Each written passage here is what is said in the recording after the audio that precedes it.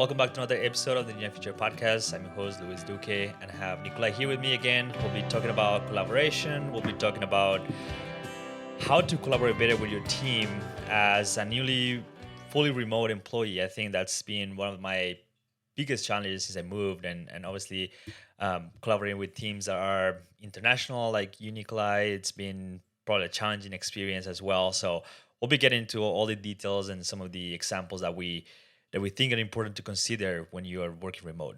How are you doing today, Nikolai? Doing pretty good. It's a little early in the morning, but otherwise things are pretty fantastic. Yeah, Yeah, and yeah, I know this is going to be a really great conversation with your perspective as a fully remote employee.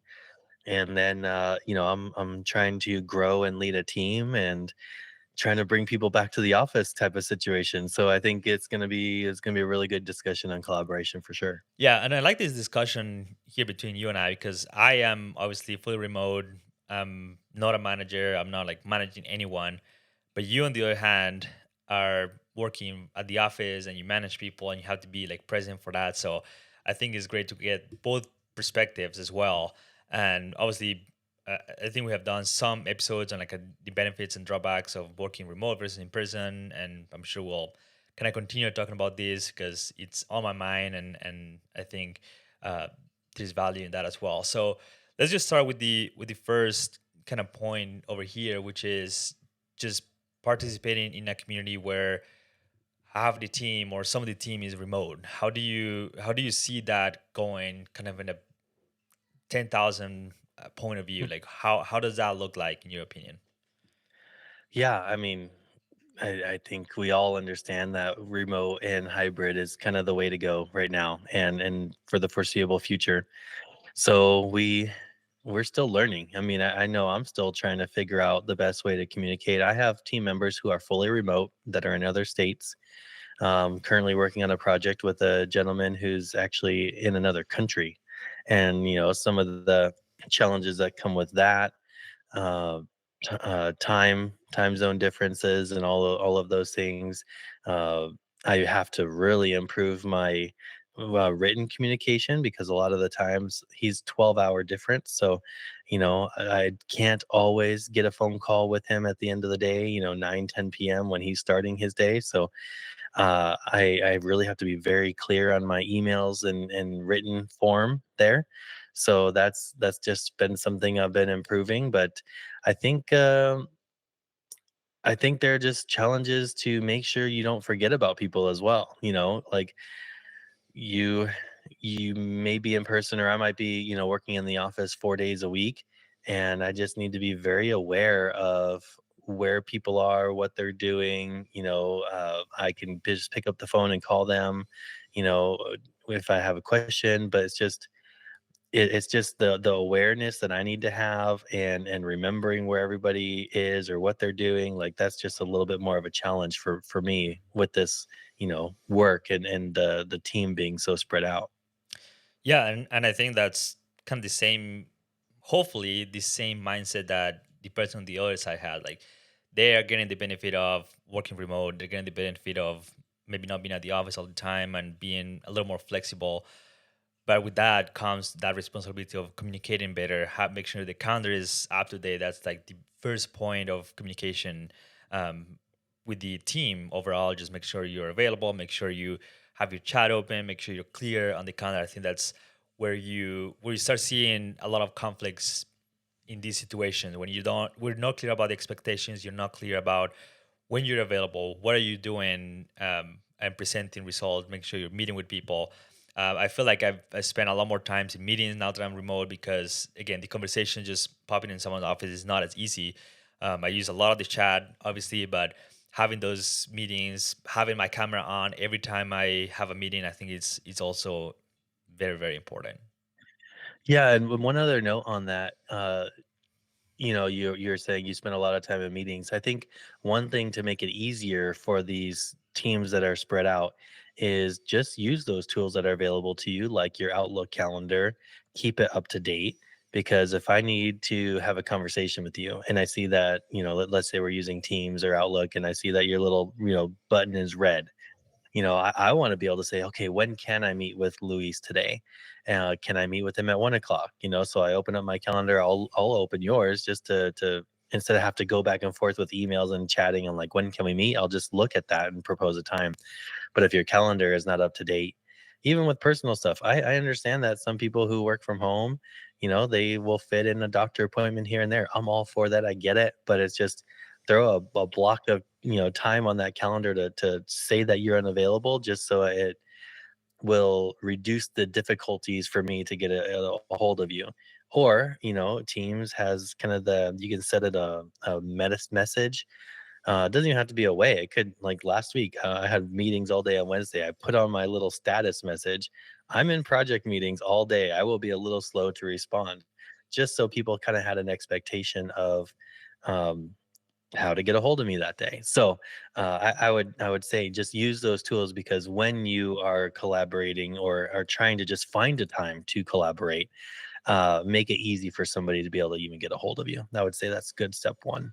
Yeah, and I think that's a good point as well. We use Google for our office, and so if you said that you're out of office or you have a block during the day that you're out of office, if you're gonna chat someone, it says this person's out of office until this time. If you're gonna send them an email, it says this person's out of office until this time. So I think that's a great feature, and I use it all the time just to again signal that I'm not doing something else. I'm not sitting at my desk. People cannot physically see me at my desk, but if they see on the calendar that I'm off, they're gonna be more likely to maybe send me a chat later or understand that I'm not available at that time. So definitely using the tools. And I think the most important part there is actually using the tools. So if you have a calendar and you never update it, it's basically worthless. What kind of tools did you use for work or for personal to like collaborate with others? Well, again, I've been doing this for 15 years, and so a lot of these collaboration tools that we have today didn't even exist when I started. Like Trello and Asana. I know that you are big on some of these tools. Notion is another one. Teams didn't really exist that then. So there was just so many things that you just had to do it in person, and so I find myself trying to gravitate towards that older way of doing things and I want to be able to open up Teams. I want to be able to see you. So using that camera, just like you said, that's a really big deal. Um, but then, opening up my PDF and sharing my screen, and walking around and just trying to point. I'll find myself pointing like at my screen and I'm like, oh shoot, they can't see what I'm pointing at. So just trying to make sure I go on there. But having a Bluebeam, I love Bluebeam. Adobe, just don't feel like it's as good for the collaboration. But if I'm struggling to explain something to somebody, maybe a road design or a conflict with their utilities or whatever it is, if I'm in Bluebeam and I can be pointing to the mouse and zooming in and zooming out, but also I'll just start drawing on there. They have some nice drawing tools. And if somebody is explaining something, I'll just do like, a quick ugly barrier with a cross slope and just like, hey, is this what you mean? And they're like, no, no, actually that's not. And so just trying to make it as if we were in person, as if we could just pick up a pen and paper and start drawing on it. Bluebeam, honestly, sharing my screen using Bluebeam has been 95% of my, collaboration efforts and the tools that I use. Yeah, But I know you also are big into the technology side of things. So what about you? Bluebeam is great. We use it for a lot in our office. I've tried a little bit of using like my iPad if I need to like sketch something quick because with Zoom specifically, you can share your iPad screen like really easily. Like it's just basically like mirroring your screen. So I've tried that a little bit when I really like oh let me just show a quick sketch. But Bluebeam is where we use what we use all day every day pretty much for PDFs, for sketching, for collaboration, everything. That's where we mark up drawings in like the studio sessions and collaborate and everything. So yeah, Bluebeam is definitely one of the big ones. Google Chat has been a tool that has been improving a lot since the pandemic started. And not only that, but they have some really good features for like team collaboration. They have what they call spaces where you can have documents, you can have tasks assigned to teams in or people in that same space. You can have a chat feature between the teams, so it's nice because everything gonna get stored And if your team changes, you can invite more people and they can see the whole history of like the project timeline of like who did what was talked about. So it's easier to onboard people to new projects and collaborate that way. So I say, I mean, Bluebeam and Chat are great. Obviously, the calendar, everyone uses it, and we use it pretty pretty religiously just to make sure everyone's on the same page. And my calendar is usually pretty full, just not of work meetings, but if I have an ASC meeting, if I have something like that, or if I'm gonna be out for maybe a longer lunch than usual because I have a family dinner or something, all those things go in there. I truly just leave out my calendar. If it's not in there, it's not gonna happen. And I think that's especially more important now that I'm working remote. And the last tool is obviously a project management tool. We don't use anything too sophisticated. We have like a Google Sheet to just kind of plan that the project managers use to plan the week, and everyone's gonna look at it and just set the expectations for the week, which I think is very important as well. I know we were chatting before we started recording, and you were kind of talking about using the tools that your company has available to you. And I would say for sure, like that's the first place you should start. Like those are the tools your company wants. So, like you said, you guys use Google. My company, we don't use Google, and so it would be a challenge for me if I were to just be the only one using it and just telling everybody else they have to follow my lead on that particular project or whatever.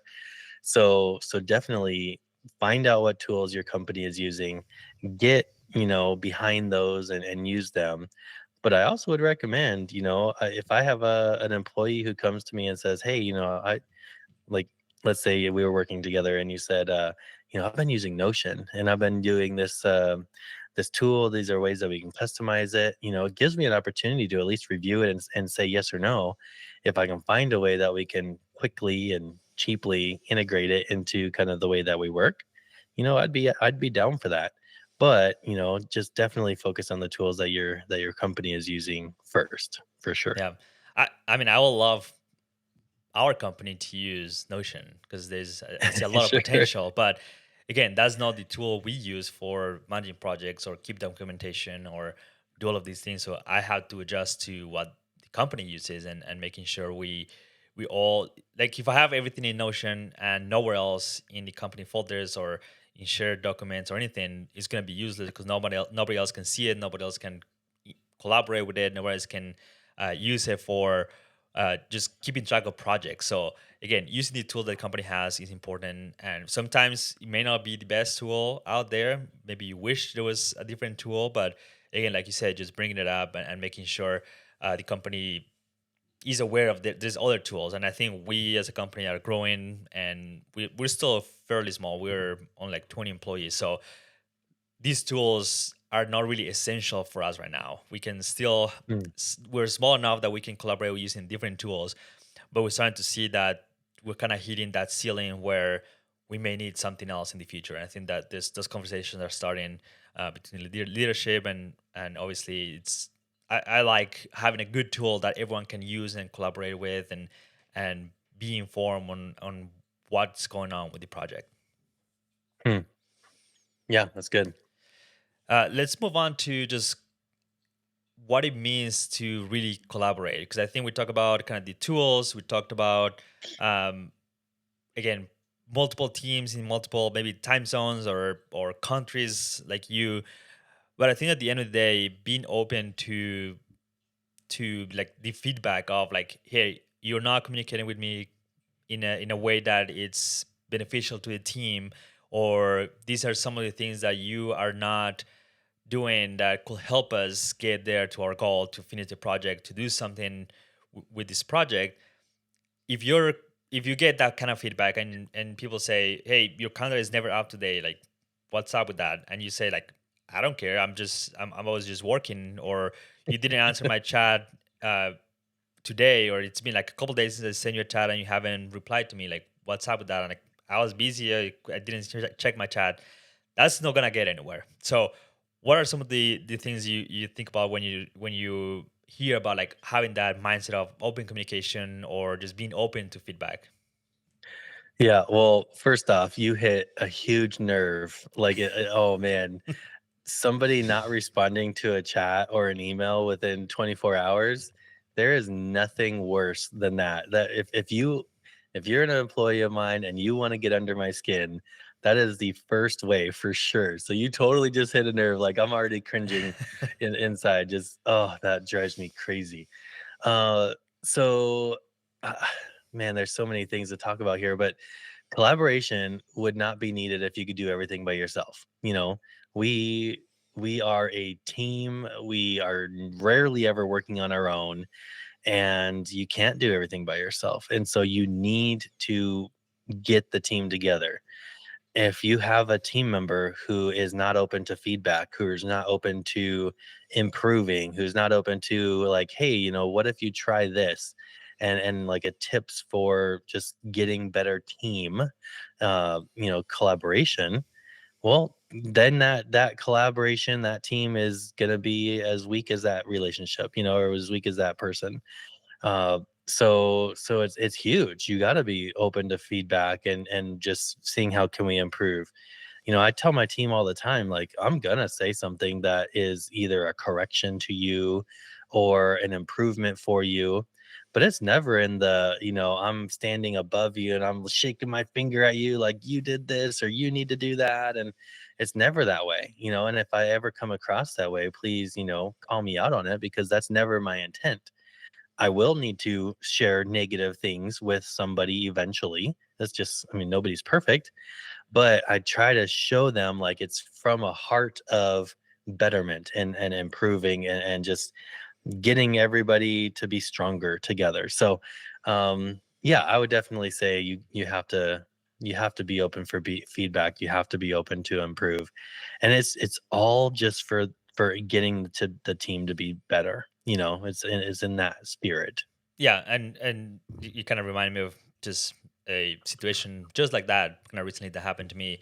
I had my annual review kind of the early in the year, and I've told everyone like I'm okay with feedback. I write you, tell me the things straight. Like don't sugarcoat it. Don't That's not gonna help me, and it's not gonna help anyone.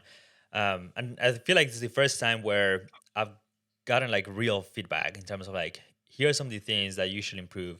And this was more related to just kind of me uh, getting promoted, hopefully sometime in the near future. So like working towards that, but some real feedback. Here are some of the things that you should improve. Here's some of the things we're seeing. Here's where you're lacking. And I think that's the feedback that it's going to help me the most. The feedback that is, oh, everything is great. You're doing great. Nothing really to change. Just continue doing what you're doing is not going to do anything for anyone.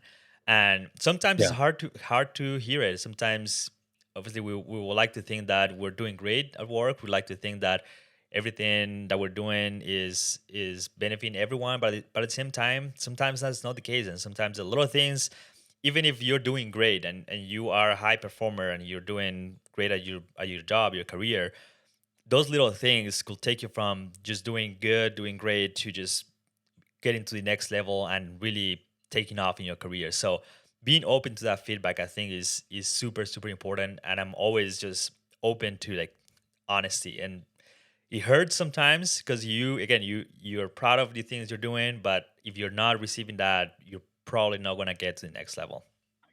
Yeah.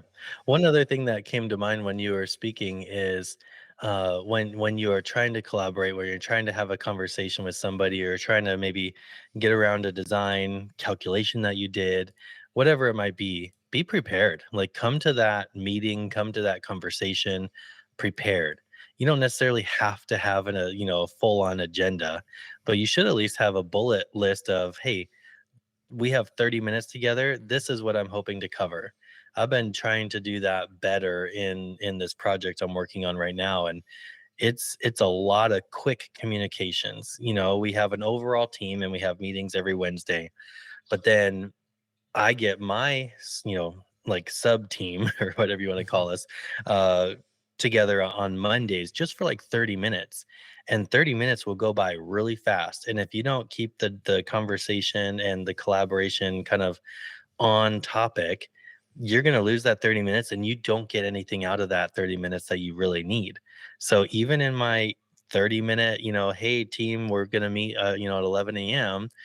These are three things we're going to cover, and it's just bullet points. It's not fancy. I mean, it's not even formatted. It's just literally three bullet points. We're going to talk about schedule. We're going to talk about these updates in this language for the guideline, and this. And if we have extra time and people want to chat longer about other things, we have an open discussion time. But like, that was the purpose of that particular collaboration. And so making it efficient, making it productive is going to be really big. And it requires some extra effort on your part before you have that meeting. Yeah, and I think like as engineers nowadays, we are extremely, extremely busy, and we have definitely just felt that at our office and people I'm talking with. We're really busy. I've been working overtime for the past like 3 weeks, which is it's hard, um, but at the same time, it's just the season we're in, and if you're not communicating, if you're not again making sure everyone is aware of how busy we are and you are efficient with your time. So when you have a meeting that is 20 minutes or 30 minutes or an hour and you're done within, I don't know, 15, 20 minutes, but then you stay chatting for another 15, 20 minutes, maybe it's not the best use of the time right now. It's great to kind of catch up with colleagues. It's great to have that feeling of community or feeling of you belong to the company. But sometimes you just need to be aware of like the situation you're in and the space you're in. If you are coming to a meeting about a project and you know you're on a deadline, don't spend 20 minutes just chatting about what you're going to be doing over the weekend or something. Just make sure you have an agenda and make sure you are focused on what the goal is. So I think that's a great part of like the feedback and making sure everyone's on the same page. And obviously, meeting and setting expectations is a big part of that. Hmm. Yep. Okay, let's just do a quick recap, unless you have something else to discuss and any of those points. Actually, I just wanted to make sure I discussed quickly. Um, a lot of the times when you're collaborating, it may not just be the people in your department or your discipline. I know you are, very structural focused and very unique, projects that you're working on. For me, the projects that I work on involve a lot of different teams from a lot of different disciplines and departments. And so with all of that cross discipline discussions, if I don't know the lingo very well, it's going to make, that meeting less efficient when I have to ask them, well, what does this mean and what does that mean? So, when you're starting out, just start creating a list of, hey, I'm a roadway person and this structures person mentioned this and I keep hearing them say this. So I'm going to look up what that is, or I'm going to ask them what that means. So the faster you can catch on to the other disciplines lingo, the better that meeting and collaboration will be efficient. The other thing is learn the other person's style. This is more of just kind of a improved communication in general. Hmm. But when you're collaborating and you are coming into this and you're like, how's your spouse and how's your dog and how was that vacation, and that person, their style, they don't really want to be doing that small talk. It's not important to them. It's not the way they communicate. uh it's not. I mean, they'll probably be nice. I would hope that they're going to be friendly, but it's just not the way that they would want to communicate. For me personally, I really love details. So if I'm asking somebody to research something for me, like I want to know, like, what did they look at, and because it just helps me, like it helps my understanding of it. But I also don't want to read this summary email or summary discussion and have to sift through all of the information just to figure out what they figured out. So for me, I love my team when they kind of give me the answer up front. This is what I found, this is the answer. And then below that, you write as much as you want. You write a novel, I will read it. I just, if I see that it was helpful and for my understanding of why it is the way it is, I love that. But other people, they don't want to see that either. They don't want to see this long email because then they feel like they're obligated to read it. So just learn somebody's style. That's just going to improve the collaboration in general, for sure. Yeah, we could go on a rabbit hole here, but just the way you Sure. format emails could be a full episode, in my opinion. There's a lot that Oh goes yeah. into it. Just Make sure you highlight some of the, and just go back to the communication aspect of the things. And maybe we should do one on just kind of those different types of communication later on. But yeah, there's definitely, and I've heard that from many people. Just the longer the email gets, and if you just have a block of text, it's not gonna get read. You're just gonna skim through it, and a lot of information is gonna get missed. So making sure you format that correctly, make sure you have bullet points, bolding important information and such. I think that's a great way to improve that aspect of it. So Sure. Yeah. yeah, we talked about, so the three things kind of we talked about: collaboration tools. I think that's using what your company has, making sure you are both aware of what's available to you and make sure you know how to use it. I think it's important. If there's an opportunity to have a better collaboration tool, I think that's a plus. But using what your company has is probably your first priority. Be open to feedback. Sometimes it's hard. Sometimes you don't want to hear it. Sometimes it hurts because you think you're doing great. But I think that's the way to improve. And if you are always getting positive feedback, that's great. But sometimes you need a nudge to kind of move to the next level. And I think the last one was just make sure you're checking in with your team. Make sure you learn the communication styles. Make sure you are setting expectations, especially, for example, now that I'm working remote. Like, what are the deadlines? Do we have a deadline this week that we need to be working towards? Those communications often happen naturally when you're at the office. Someone kind of walks by and say, "Hey, how is your project going? Remember, we have to send this out this week." But now it has to be like a formal communication to know those deadlines. So make sure you're aware, make sure the expectations are met, and I think that's a great way to, as a employee that is remote, to stay up to date on everything. And I think I've started to use a lot more chat, the spaces on the company, just to make sure we have a document to keep track of the projects. So yeah, regular check-ins, open to feedback and tools. What else would you add to this kind of quick summary? No, I would just kind of elaborate on the, what you need to know, the schedule, scope, budget, that sort of thing. If you don't get that up front, don't be scared to ask. Sometimes when I'm giving direction, I forget everything I need to be sharing with that particular person.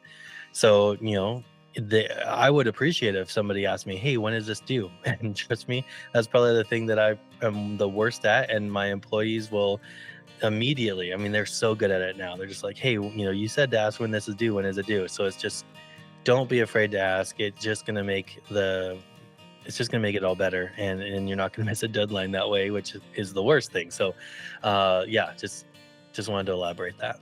Yeah, absolutely.